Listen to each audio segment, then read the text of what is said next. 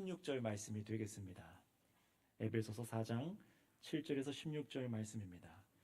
방송실은 옆에 유아실에 또 소리가 잘 나가는지 한번 확인을 부탁드리겠습니다. 에베소서 4장 7절에서 16절까지 말씀 우리 다 찾으셨으면 저 한 절 여러분 한 절 돌아가며 교독하도록 하겠습니다. 7절부터 보시겠습니다.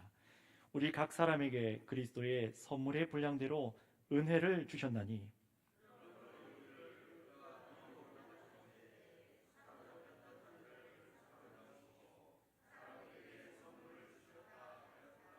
올라가셨다 하였은즉 땅 아래 낮은 곳으로 내리셨던 것이 아니면 무엇이냐?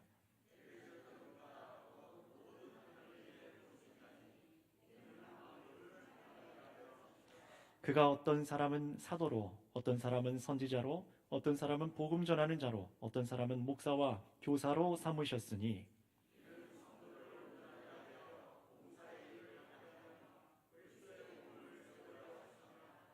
우리가 다 하나님의 아들을 믿는 것과 아는 일에 하나가 되어 온전한 사람을 이루어 그리스도의 장성한 분량이 충만한 데까지 이르리니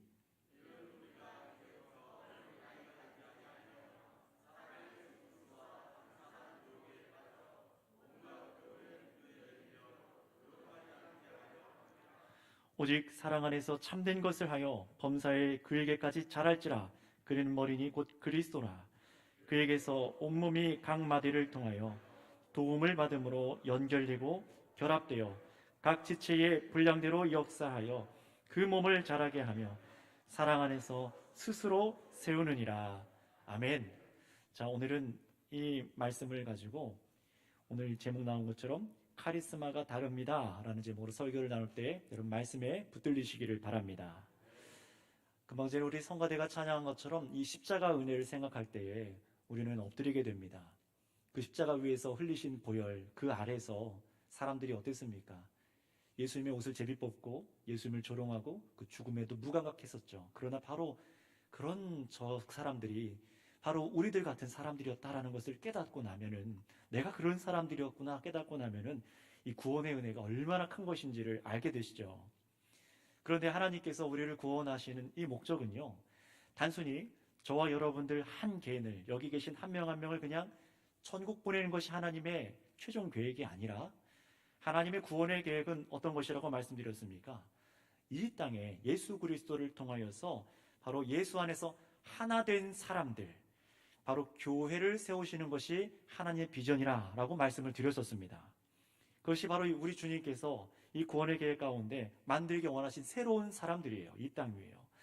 자, 그렇다면 생각해 보시기 바랍니다. 내가 예수님께 속해서 구원받은 하나의 교회의 일원이 되었다. 정말 예수님께서 피 흘려주셔서 이 땅 가운데 하나의 거대한 예수님의 몸을 만드는데 그 몸에 내가 하나의 일부가 되었다.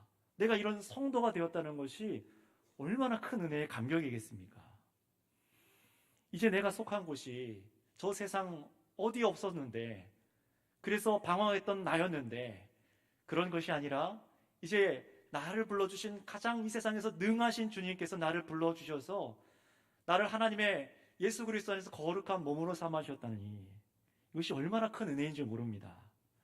그래서 영원한 생명을 누리는 자들과 함께 내가 함께 영원히 주님을 찬양하는 존재가 됐다는 것은요, 이 세상 그 어떤 영광으로도 비교할 수 없는 영광을 저와 여러분들, 교회된 여러분들이 가졌다라는 것입니다. 여러분 이것을 믿으십니까? 이것이 교회에게 주어진 영광이에요. 왜냐하면 우리 교회가 누리는 영광은 이 지나가는 세상에서 전부가 아니기 때문에 그렇습니다. 이 세상은 전부 지나가죠. 그런데 우리 교회가 가진 이 영광은 우리가 이 땅에서 잠들어도 죽음을 당해도 우리에게 이 부여하신 영광은 사라지지 않는 영광입니다. 성경이 밝혀주신 대로 예수님께서 다시 이 땅에 재림하실 때에는 이 세상은 변모하기 시작해요. 새로워지기 시작합니다. 지금과 같이 허망한 일들, 허망한 죽음으로 인하여서 놀라는 일들, 사망과 또 서로 미워함과 시기와 돈의 노예가 되어서 고통 가운데 살아가는 이 세상 구조는 전혀 찾아볼 수 없는 때가 오니 바로 우리 예수님께서 재림하시는 그때입니다. 그때야말로 여러분 진정한 쉼과 안식이 시작이 돼요. 생각해 보세요. 여러분들 예수님 믿고 참 평안과 기쁨 가운데 있지만 얼마나 참아야 됩니까?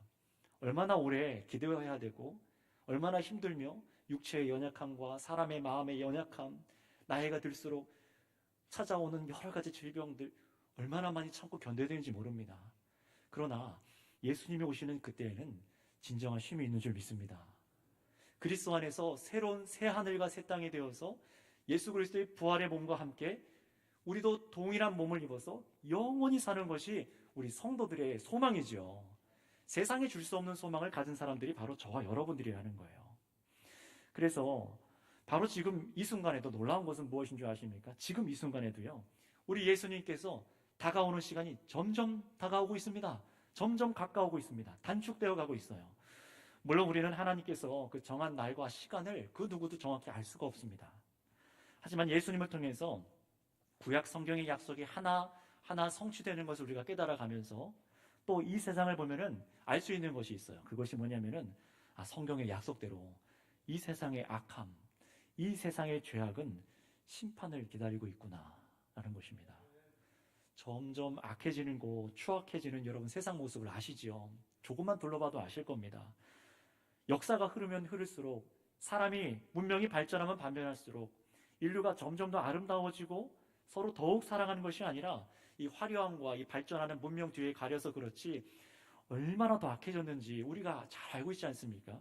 얼마 전에 이태원 사건, 우리 국민들과 저와 여러분들의 마음을 정말 힘들게 했던 이 이태원 사건에 10대, 20대 어린 학생들의 청년들, 학생들, 여러분의 자녀와 손주가 될 수 있는 그 나이대 학생들, 청년들이 얼마나 허망하게 목숨을 잃었습니까?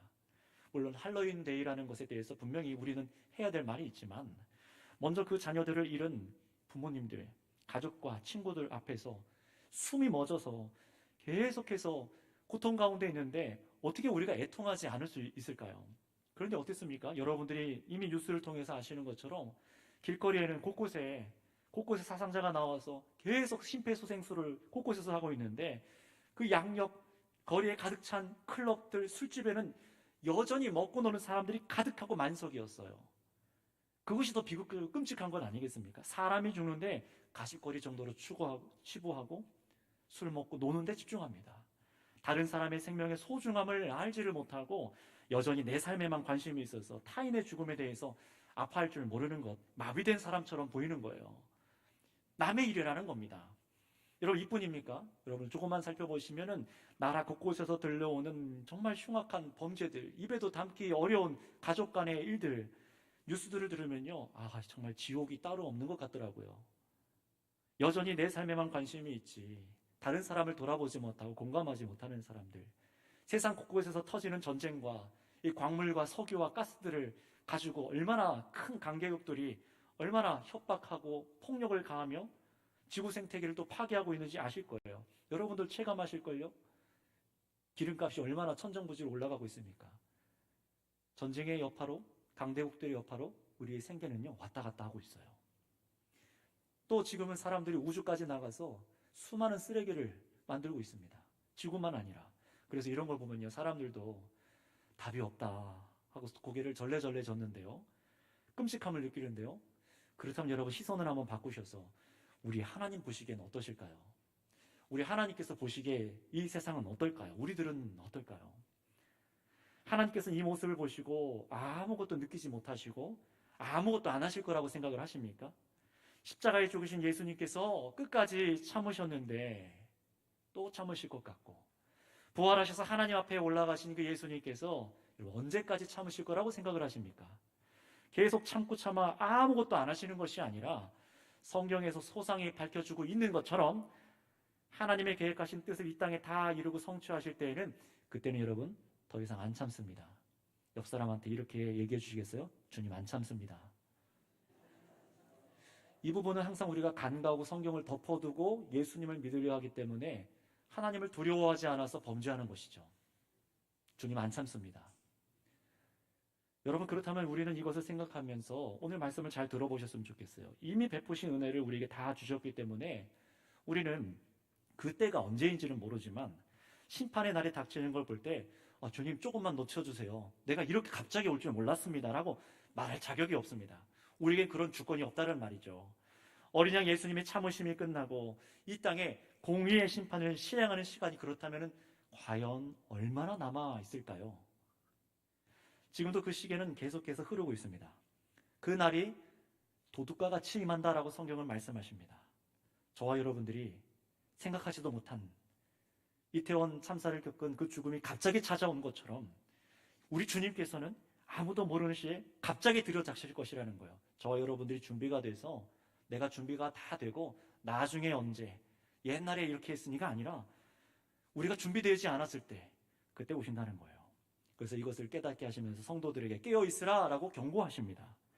그날에는 모든 사람이 자신의 행위대로 하나님께 그 행위를 심판받을 것이고 행위에 따라 영원히 타는 지옥불에 하나님의 진노의 고통 가운데 들어갈 것입니다.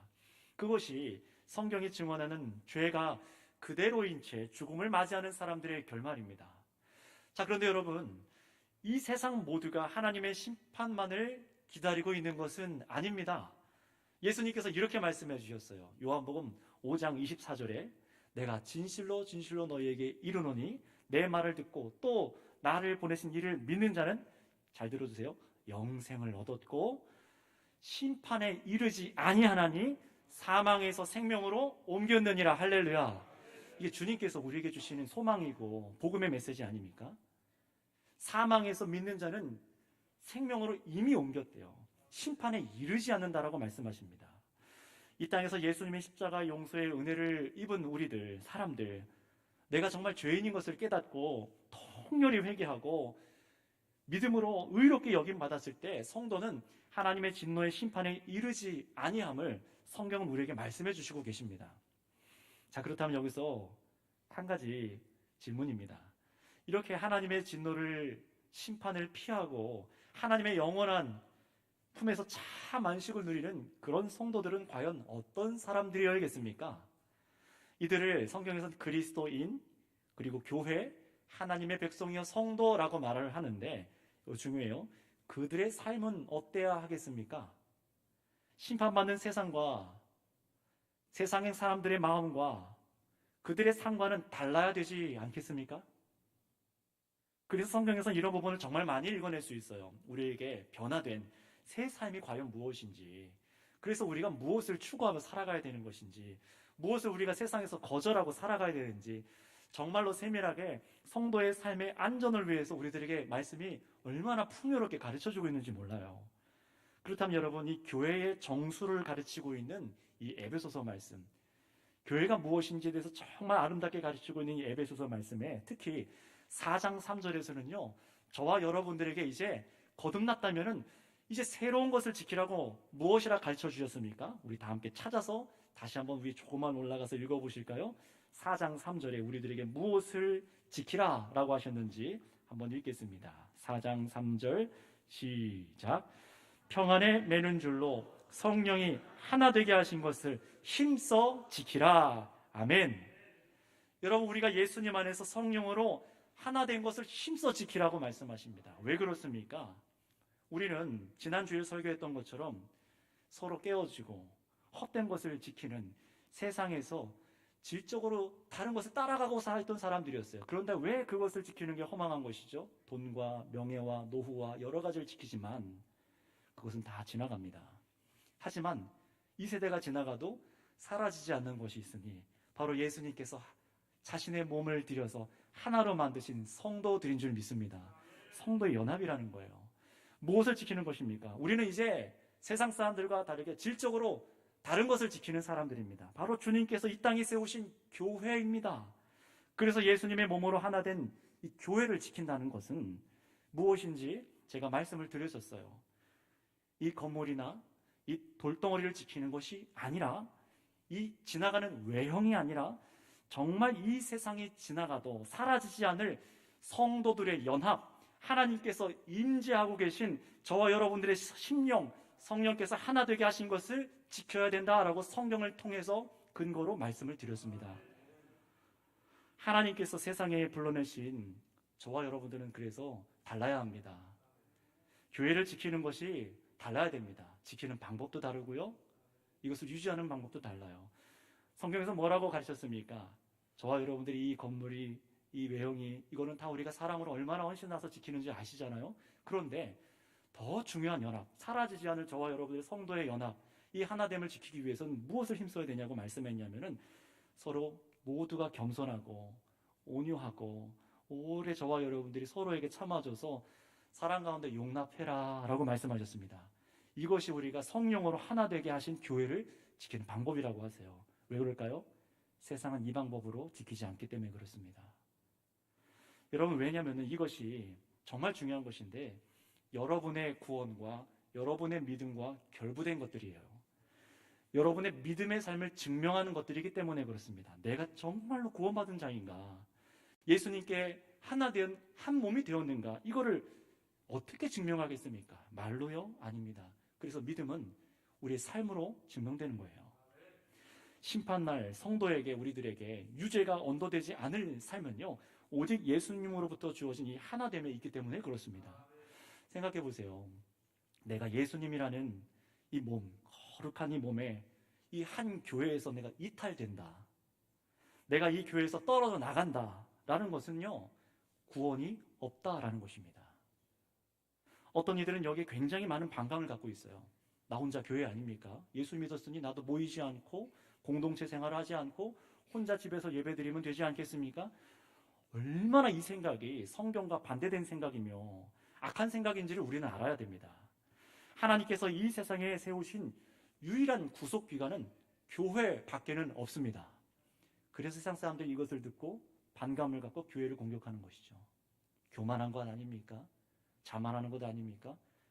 여러분, 그러나 믿음은 어디 있습니까? 예수님께서 이 땅 위에서 죽고 부활하신 그 역사가 증명해주고 있듯이 하나님께로 나아갈 수 있는 길은 오직 예수님 밖에는 없습니다.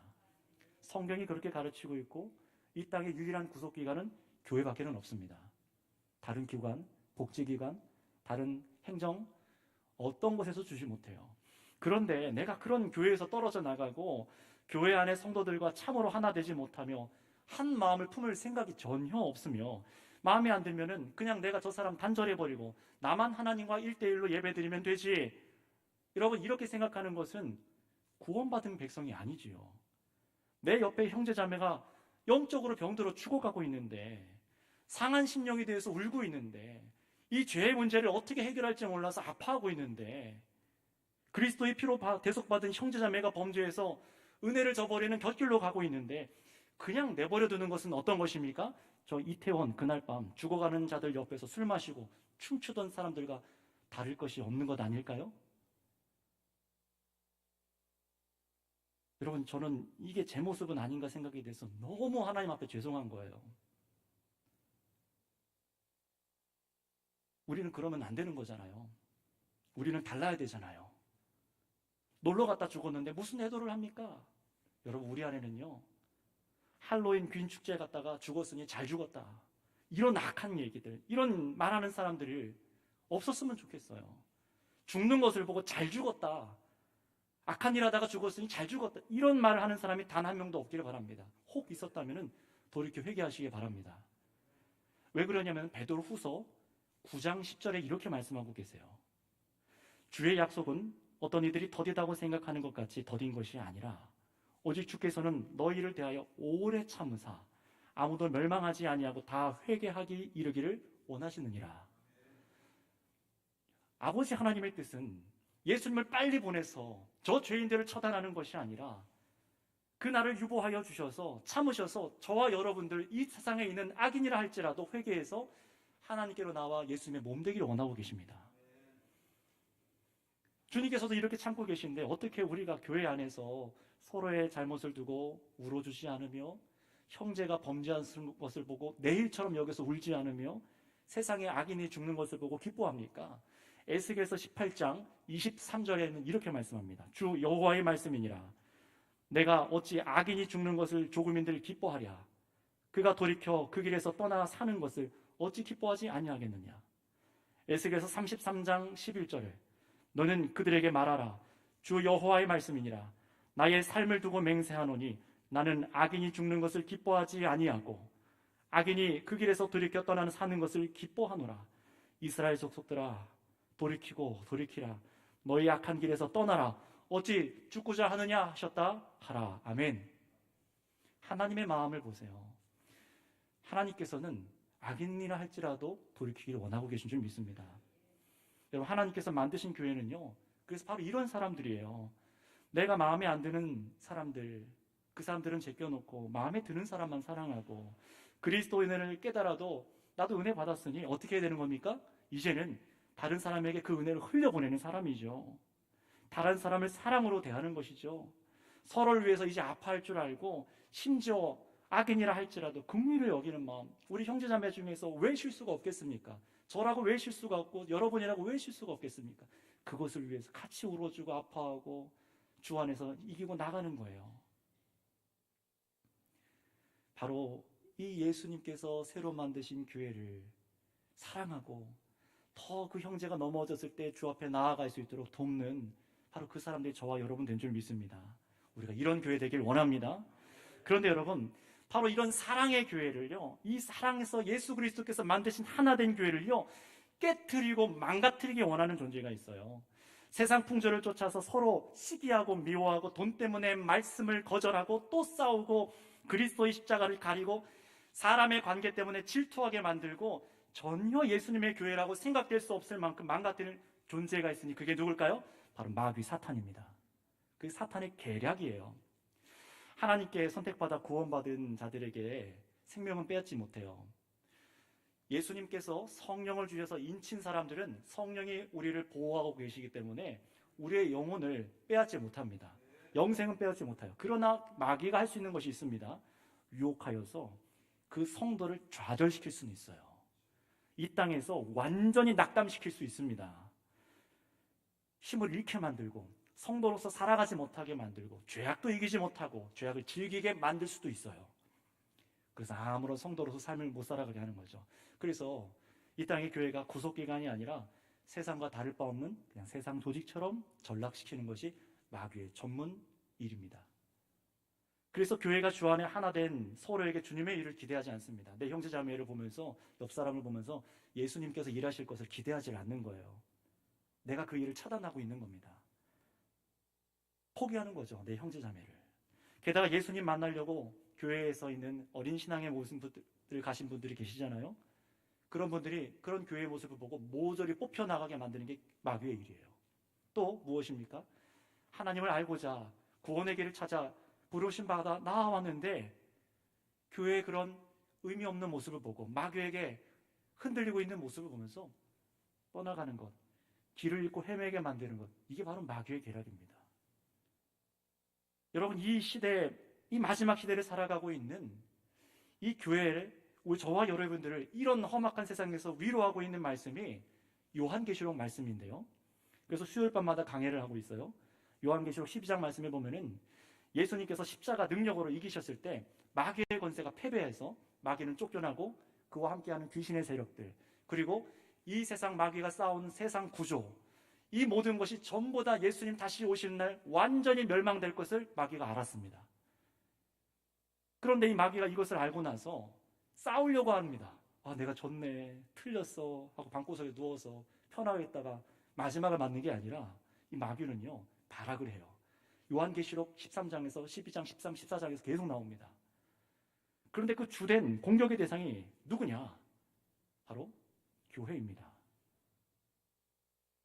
계시록 12장 17절, 정말 그런지 한번 찾아서 읽어볼까요? 잠시 접어두시고 요한계시록 12장 17절 말씀을 다 함께 찾아서 읽어보도록 하겠습니다. 요한계시록 12장 17절입니다. 함께 읽겠습니다. 시작. 용이 여자에게 분노하여 돌아갔어. 그 여자의 남은 자손 곧 하나님의 계명을 지키며 예수의 증거를 가진 자들과 더불어 싸우려고 바다 모래 위에 서 있더라. 아멘. 여기 나온 표현들이 당시 이제 로마의 억압을 받고 있었기 때문에 이렇게 비유적으로 상징적으로 표현할 수밖에 없었어요. 하나님께서 보여주신, 요한해 주신 환상과 묵시문학적인 표현들로 기록을 한 거죠. 그래서 여기 있는 용이 뭔지, 여자가 뭔지 이게 잘 이해가 안 되시는 분들은요, 어색한 분들이 계시겠지만 이것이 잘 이해가 안 되시는 분들은 꼭 수요 요한계시록 설교를 들으시고 또 이것을 다 지난 설교를 들으셔서요, 이 계시록 말씀이 무엇인지를 좀 잘 아셨으면 좋겠어요. 왜냐하면 신천지가 가장 공격하는 도구가 이 요한계시록입니다. 그래서 하나하나 성경대로 하지 않고 자기 마음대로 풀어서 저와 여러분들 집어삼킵니다. 자, 그렇다면 여러분 다시 생각해 보세요. 마귀가 세상의 모든 세력을 동원해서 돈, 권력, 명예, 종교적인 유혹을 동원해서 공격하는 주 대상이 저와 여러분들 교회라고 했습니다. 성경이 밝혀주고 있어요. 그런데 그렇다면 우리는 가만히 있으면 될까요? 여러분 지금 그대로 괜찮으시겠습니까? 주일 하루 1시간 예배하고 아무것도 안 하고 돌아간다면 괜찮으시겠습니까? 안 괜찮으니 성경이 말씀하시는 겁니다. 성령이 하나 되게 하신 것을 힘써 지키라. 힘써 지키라고 말씀하고 계세요. 저와 여러분이 하나됨을 힘써 지키지 않는다면 공격에 무참히 쓰러져 죽어날 것을 아시고 하시는 말씀입니다. 영적으로 교회가 힘을 잃고 서로를 밀어내고 사랑하지 않으며 서로를 돌아보지 않는다면 세상에 아무런 힘도 발휘할 수 없음을 마귀가 너무나 잘 알고 있기 때문에 그걸 노리고 공격하니 어떻게 하라고요? 싸우라, 성도들아 싸우라 라고 말씀하시는 거예요. 자, 그렇다면 여기서 이제 설교 중반에 중요한 질문을 여러분에게 드리겠습니다. 우리 주님께서는 자신의 이 몸된 교회가 이 세상 풍조에 휩쓸리지 않고 하나대로 지키시기 위해서 저와 여러분들에게 뭔가를 주셨어요. 저와 여러분들을 지키기 위해서 뭔가를 주셨습니다. 그것이 무엇일까요? 한번 따라해 주시기 바랍니다. 카리스마. 네. 우리 주님께서 교회를 지키기 위해서 저와 여러분들에게 더 견고하게 주기 위해서 주신 것이 바로 카리스마라는 거예요. 이게 뭐냐면은 은사라는 말입니다. 헬라어거든요. 은사, 은혜라는 것입니다.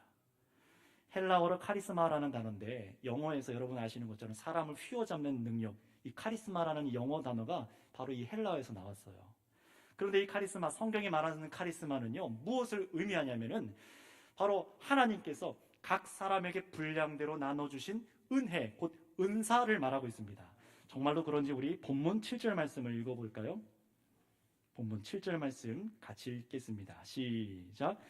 우리 각 사람에게 그리스도의 선물의 분량대로 은혜를 주셨나니 아멘. 뭐라고 말씀하세요? 저와 여러분들에게 각각의 분량에 맞게끔 가장 적절하게 우리에게 은혜를 주셨나니, 여기 은혜가 보면 카리스라고 되어 있거든요. 다른 곳에는 동의어로 카리스마라고 되어 있어요. 은사라는 것은 바로 이런 겁니다. 하나님께서 우리 각 사람에게, 성도님들 다 우리에게 나눠주시는 은혜와 선물을 주셨어요. 공동 번역에는 이것이 조금 더 쉽게 번역이 되어 있는데요, 이렇게 말합니다. 우리들에게 각각 다른 은총을 알맞게 나눠주셨습니다 라고 되어 있어요. 믿음이라는 것은 우리에게 다 동일하게 받은 것이잖아요, 은혜로. 그런데 저와 여러분들께서 예수님을 믿어서 구원받을 때 모든 사람에게 함께 주어진 것이 있습니다. 그걸 뭐라고 하냐면 은사라고 해요. 카리스마라고 합니다. 저와 여러분들에게 그래서 다 각기 다른 은사와 카리스마가 다 있으세요. 이것을 잘 모르시는 분도 계시고, 내 카리스마가 뭘까? 내 은사가 뭘까?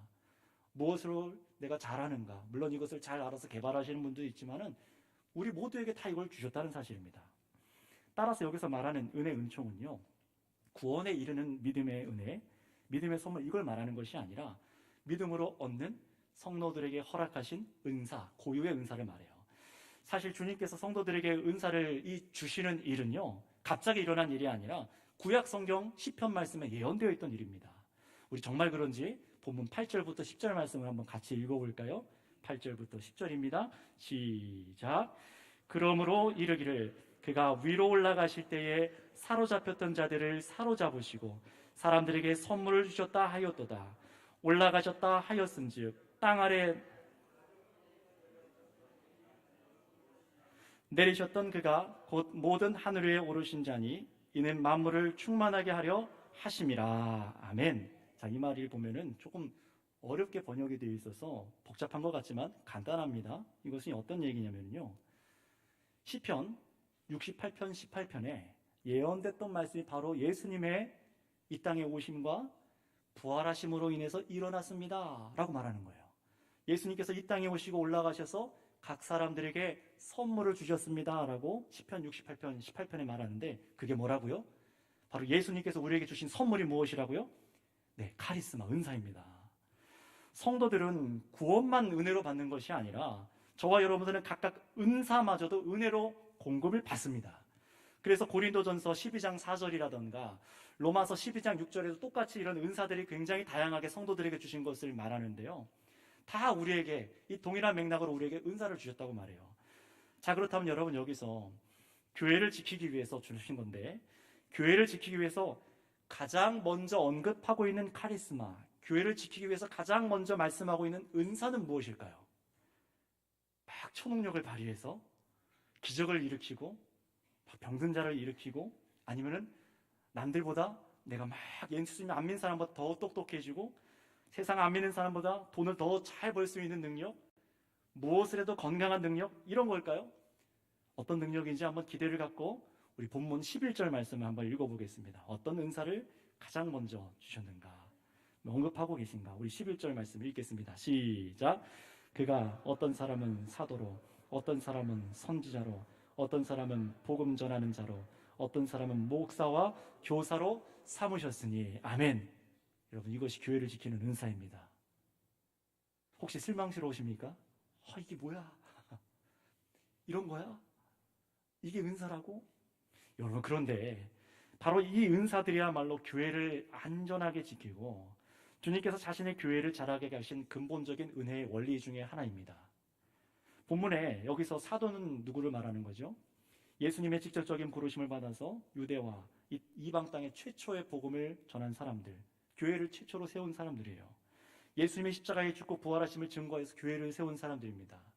오늘날에는 사도는 직접적인 진짜 사도는 없지만 사도적인 직무를 감당하는 일들은 일어나죠. 교회를 세우는 일이에요. 선지자는 무엇입니까? 시대에 허락한 말씀을 증언하는 사람들입니다. 또 복음을 전하는 사람들입니다. 이들을 뭐라고 해요? 목사와 교사로 삼으신 것입니다. 여러분, 이 모든 직분은 하나의 은사예요. 단순히 예수님께서 직제를 만드신 것이 아니라 정말로 이런 일을 하는 사람들을 예수님께서 이 땅에 예수님 처음부터 시작해서 예수님 다시 오시는 그날까지 시대마다 계속해서 이런 은사자들을 교회에게 허락하고 계세요. 이것을 정말로 감당할 수 있는 마음, 이 은사의 목적을 선명히 깨닫고 주님의 주신 직분을 잘 이해하고 성실히 해낼 수 있는 은사를 주시는 것입니다. 자, 그렇다면 여러분, 여기서 중요해요. 목적을 잃어버리시면 안 됩니다. 왜 이런 직분을 주셨습니까? 이 직분을 주신 목적이 무엇입니까? 이 목적이 무엇인지 두 가지로 우리가 좀 알고 이 설교를 정리할 텐데요. 정말 어떤 목적인지 우리 12절 말씀 읽어보도록 하겠습니다.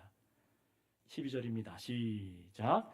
이는 성도를 온전하게 하여 봉사의 일을 하게 하며 그리스도의 몸을 세우려 하심이라. 아멘. 자, 여기서 두 가지 목적이 나왔어요. 어떤 것입니까? 한번 따라해 주시면 감사하겠습니다. 성도들이 사역을 하고 예수님의 몸을 세우는 것, 이 두 가지입니다. 성도들이 사역을 하고 예수님의 몸을 세우는 것, 이것이 은사를 주셔서, 카리스마를 주셔서 목사와 교사와 가르친 자들로 하시는 목적입니다.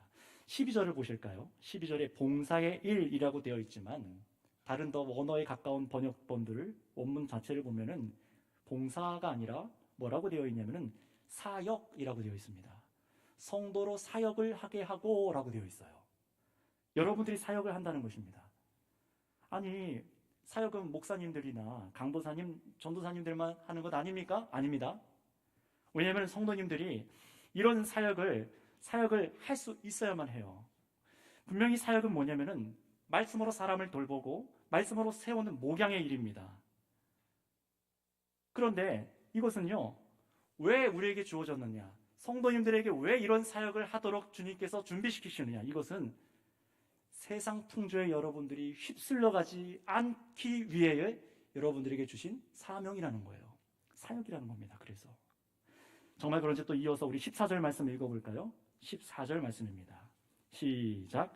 이는 우리가 이제부터 어린아이가 되지 아니하여 사람의 속임수와 간사한 유혹에 빠져 온갖 교훈의 풍조에 밀려 요동하지 않게 하려 함이라. 아멘. 여기 보세요. 여기서 말하는 어린아이는 나이가 어린 사람을 말하는 것이 아닌 걸 아실 겁니다. 신앙에 성숙하지 않은 사람을 말하는 것이죠. 오래 믿었다, 오래 교회 다녔다가 아니라 정말 사역을 할 줄 알아서 말씀으로 세상의 죄악이 무엇인지 분별할 줄 알고 저희 형제자매들 앞에서 또 어떤 것을 도울 수 있을지 말씀으로 이걸 알고 우리가 거절해야 될 것과 말씀으로 위로하고 견디고 이기도록 이 서로 돕는 것, 이것이 성숙한 신앙이라고 말하는 겁니다. 이것이 없으면 무엇이라고 말하는 거예요? 여전히 어린아이와 같아서 세상이 이리 가라 하면 이리 가고 세상이 저리 가라 하면 저리 가고, 그래서 이리저리 가다가 온갖 인생의 문제들이 생기게 되는 것이죠. 세상 좋다고 말하는 쾌락에 빠져 살고 죄인지도 모르고 즐기다 보면은 어느 순간 우리는 발견합니다. 우리의 육신과 우리의 가족과 우리의 영혼이 망가지는 것을 경험합니다.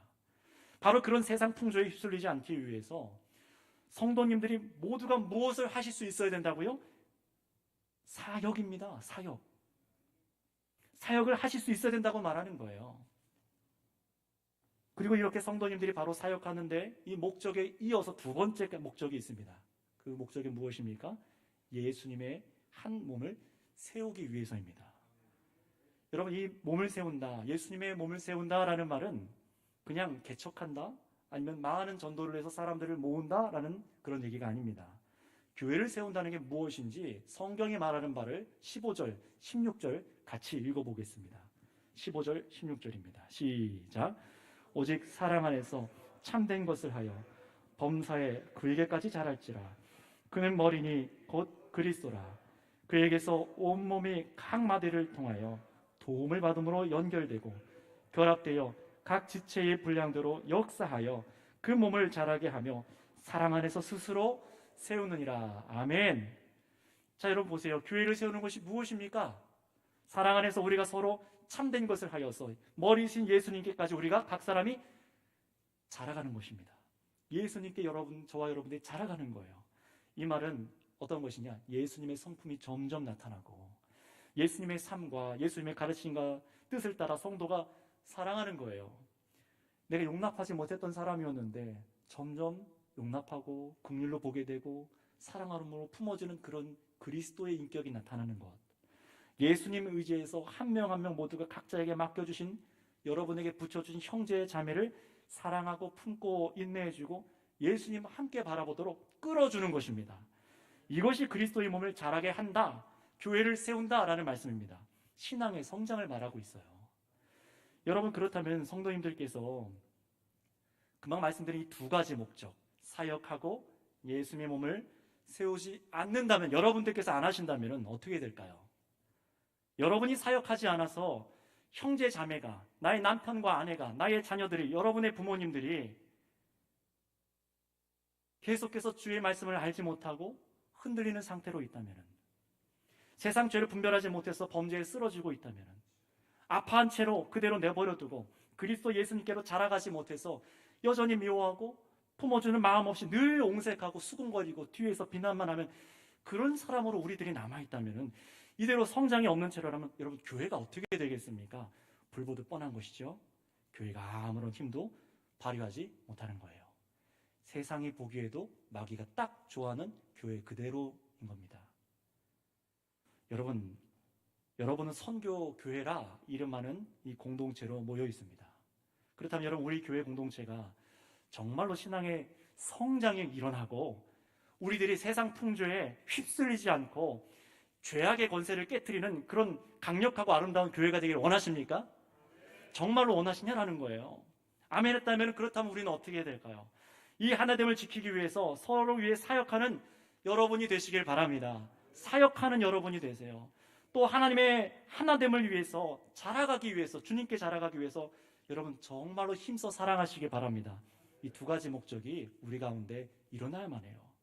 여러분, 그런데 바로 이런 축복된 성도를 성경에서 뭐라고 하시는 줄 아십니까? 이런 정말로 복된 성도를 뭐라고 말하냐? 온전한 성도라고 말합니다. 12절을 한번 읽어볼까요? 12절입니다. 이는 성도를 온전하게 하여 라고 말하죠. 온전한 성도를 말하는 거예요. 사역하고 그리스도의 몸을 세우는 성도가 바로 온전한 성도입니다. 그냥 주일 성수하고 11조하고 바깥에 나서 좀 자선 행사하는 것, 기본입니다. 그거 말고요, 무엇이라고 하는 거예요? 정말로 사역할 줄 알고 정말로 그래서 그리스도의 몸을 사랑으로 세울 줄 아는 이 사람이 온전한 성도라고 말하는 거예요. 이 범주가 얼마나 크고 넓은지 우리는 봐야 됩니다. 따라서 여러분, 한번 중요한 것을 제가 순차적으로 말씀드릴 테니까 이걸 오늘 꼭 기억하고 돌아가셨으면 좋겠어요. 사역하고 예수님의 몸을 세우기 위해 준비된 성도가 되어야 됩니다. 순서를 다시 보세요. 사역하고 예수님의 몸을 세우기 위해 준비된 성도가 되어야 됩니다. 이것이 우리 선교교회가 앞으로 또 나아가야 될 길입니다. 우리 교회만이 아니라 지금까지 그렇게 해왔던 것처럼 앞으로 더 나아가야 될 일이고, 이 땅의 교회들이라면 이 길로 나가야 돼요. 사역하고 예수님의 몸을 세우고 준비된 성도님들이 되시는 거예요. 여러분, 바로 모두가 이런 준비된 성도로서 사역하고 예수님의 몸을 세우기 위해서 가장 먼저 언급하고 있는 이 은사가 전도자들, 곧 목사와 교사로 가르치는 자들이라고 말하고 있어요. 목회자의 직무가 바로 이겁니다. 교사가 되는 것, 가르치는 것, 그리고 목사의 또 한 가지 의미로 돌보는 일을 하는 겁니다. 그래서 목사는요, 교회된 성도님들께서 이 세상의 풍조에 휩쓸리지 않도록 말씀을 무장시켜 준비시켜주는 사람이에요. 그럼 여러분들은 무엇 하는 사람이죠? 준비가 되어서 온전한 성도로 사역할 줄 알고 예수 그리스도의 몸을 세울 줄 아는 성도님들이 되시기 바랍니다. 여러분, 목회자가 왜 자꾸 여러분들에게 계속 권면합니까? 왜 자꾸 들으라고 하고 나오세요, 모이세요, 힘든 건 알지만 그래도 오셔서 들으셔야 됩니다. 장로님 오셔야 됩니다. 권사님 오셔야 됩니다. 집사님 오세요. 왜 그렇게 목회자들이 여러분들을 귀찮게 합니까? 단 한 가지 이유죠. 여러분들이 예수님께까지 자라가고 예수님의 몸을 더 단단하게 세우기 위해서입니다. 여러분들이 단단한 교회가 되게 하기 위해서요. 그렇다면 성도 여러분, 성경이 말하고 있는 목적대로 하나된 교회를 지키기 위해서 이 은사를 교회에게 주신 것을 여러분 정말 이 시간 믿으신다면 이제 어떻게 해야 될까요? 13절 말씀, 뭐라고 말씀하시는지 우리 13절 말씀을 마지막으로 읽어보겠습니다. 13절입니다. 시작. 우리가 다 하나님의 아들을 믿는 것과 아는 일에 하나가 되어 온전한 사람을 이루어 그리스도의 장성한 분량이 충만한 데까지 이르리니. 아멘. 여러분, 코로나 3년 동안 여러분들의 삶의 영역들을 한번 살펴보시기 바랍니다. 하나님과 그 아들을 아는지 믿는 일에, 이 일에 하나 되시기 위해서 3년 동안 힘쓰셨습니까? 저도 코로나 기간에 이 예배와 행사들이 축소되었잖아요. 그래서 제가 일찍 집에 들어가고 놀고 먹고 하지 않았습니다.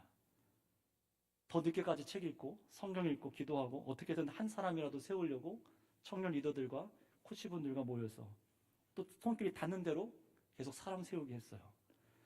아, 시간 좀 많으니까 운동하고 좀 이제 내 몸을 돌봐야겠다, 그러지 않았습니다. 놀러 가고 집에 가서 가족들과 자녀들과 만나고 싶은데 왜 그런 마음이 없겠어요? 내가 그렇게 안 했어요. 왜 그렇습니까? 목사니까 당연한 그게 아닙니다. 이 악하고 더러운 마귀의 관계들이 난무하는 세상 속에서 풍조에 휩쓸려가면 안 되니까요. 저는 제가 얼마나 부족한 사람인지 저도 잘 몰라요. 너무 부족해서 이 부족함의 끝을 알 수가 없어서 말씀 안 읽으면은, 말씀 공부 안 하면 휩쓸려 가겠더라고요. 이상한 교회들처럼 다 타협해버리고 그냥 온라인으로 예배 드리면 되지 뭘 모입니까? 쉽잖아요? 그럼 목회자 할 거 없습니다. 그런데 휩쓸려 가고 흔들리게 될 게 뻔합니다. 그래서 성도님들 향한 마음을 잃겠더라고요.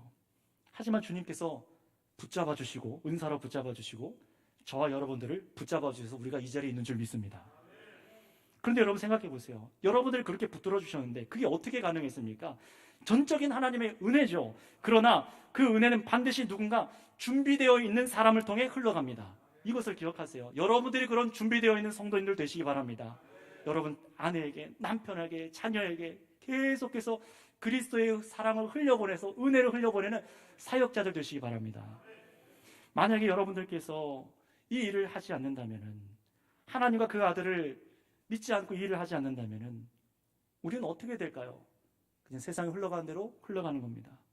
교우들 중에 붙잡아주는 사람이 없었다면 어떻게 됐을까요? 권면하고 두드려주는 사람이 없었으면 어떻게 됐을까요? 예배도 잃어버리고 기도도 잃어버리고 공동체 사랑도 잃어버리고 이탈되는 것입니다. 여러분, 마귀는 세상은 이 세상 풍조를 조장하는 존재예요. 사람들을 혼미함에 빠뜨리고 교회를 이것으로 공격합니다. 기독교인들이 쉽게 할로윈데이처럼 쉽게 귀신 문화를 슬쩍 즐기게 만들죠. 영적으로 혼미해지는 거예요.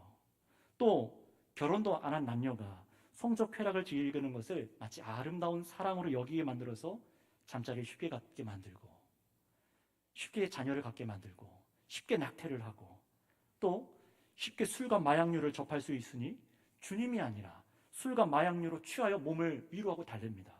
이걸 부모님들도 조장해요. 또 결혼하여도 가정의 중심이 예수님이 아니니까 세상 기준으로 내가 기준이 되어서 싸우고 부딪히는 거예요. 선하신 하나님의 기준이 없으니까 자꾸 남녀가 본질이 아닌 걸로 싸웁니다. 해결하고 싶어도 힘이 없어요. 자녀의 양육을 양육자가 아니라 훈육자가 되어서 자꾸 내 기준대로 하다 보니 부딪힙니다. 세상 유행처럼 이혼을 유행처럼 하더라고요. 돌아온 싱글이라고 해서 서로 막 싱글됐다면서 축하하고, 돈에 취한 이 문화, 악한 생각들과 계획들, 정치적으로 쉽게 선동이 되고, 여러분 이것이 세상 사람들 얘기만이 아니라 교회 안에 우리들의 얘기 아니겠습니까? 목회자의 가정도 저희 일가 친척에는 이런 유혹과 피해가 다 피해갈까요? 세상 풍조가 목회자 가정은 자동적으로 피해간다 그런 거 없습니다. 마귀는 어떻게든지 가정 속에서도 부부의 관계, 자녀의 관계, 직업 속에서 직장과 세상 모든 문화와 정치, 예술 모든 분야에서 예수님께서 중심되는 가치를 몰아내려고 해요. 여러분들이 그것을 그래서 따라가게 만듭니다. 세상 것을 즐기게 만듭니다. 예수님의 뜻대로 살아가는 정신은 가차없이 여러분들을 공격할 거예요. 하지만 여러분 두려워하지 마시기 바랍니다. 예수님의 주신 방법으로 우리가 이것을 이길 수가 있습니다. 그 이길 힘이 무엇입니까? 바로 여러분을 지키고 여러분 가정과 무엇보다 여러분의 가장 기초 공동체인, 가장 기초된 소속인, 핏값으로 하나 된 교회, 이것을 지킬 수 있는 힘이 있습니다. 그것이 무엇일까요? 바로 카리스마로, 은사로 우리가 하나 되는 사역으로 이길 수 있습니다. 성경이 주신 유일한 방법이에요. 죄를 회개하고 용서하고 사랑으로 사역함으로 이기세요. 함께 예수님을 머리로 함께 자라가시길 바랍니다. 이런 성도로 나와 우리가 아름다운 교회로 자라가기 위해서 하나님께서 우리에게 주신 이 은사를 따라 힘써 배우시는 성도님들 되시기 바랍니다. 그래서 13절 말씀대로 우리가 다 하나님의 아들을 알고 믿고 이 일에 하나가 되시는 데 축복합니다. 이 일이 정말 축복받을 일이에요. 이게 복입니다. 여러분, 이 길 외에는 없습니다. 교회가 교회다워지고 우리가 붙잡아야 될 원리로 지금 선교교회가 33년 걸어왔던 것처럼 또 앞으로 걸어가며 흔들리지 않고 주님의 몸으로 아름답게 자라갈 수 있기를 힘쓰시기를 축복합니다. 기도하겠습니다. 하나님 아버지, 감사를 드립니다. 이 세상 풍조 속에서도 우리가 힘을 잃거나 쓰러지고 넘어지지 아니하도록 하나님 우리에게 은사를 허락하여 주셔서 하나님 사역하게 하시고 또 예수 그리스도의 몸된 교회를 사랑함으로 자라가게 하여 주시니 하나님 이 일을 힘써할 수 있는 성도들 다 되게 하여 주시옵소서. 그래서 우리가 흔들리지 않고 주께서 기뻐하시는 예수님의 몸으로 자라갈 수 있도록 인도하실 것을 믿사오며 이 한 주도 이 믿음으로 이 말씀 빼앗기지 않고 살아가게 하여 주셔서 우리 성도님들 한 주간 승리하게 하여 주시옵소서. 감사함이 예수님의 이름으로 기도드렸습니다. 아멘. 우리 다 함께 일어나셔서 찬송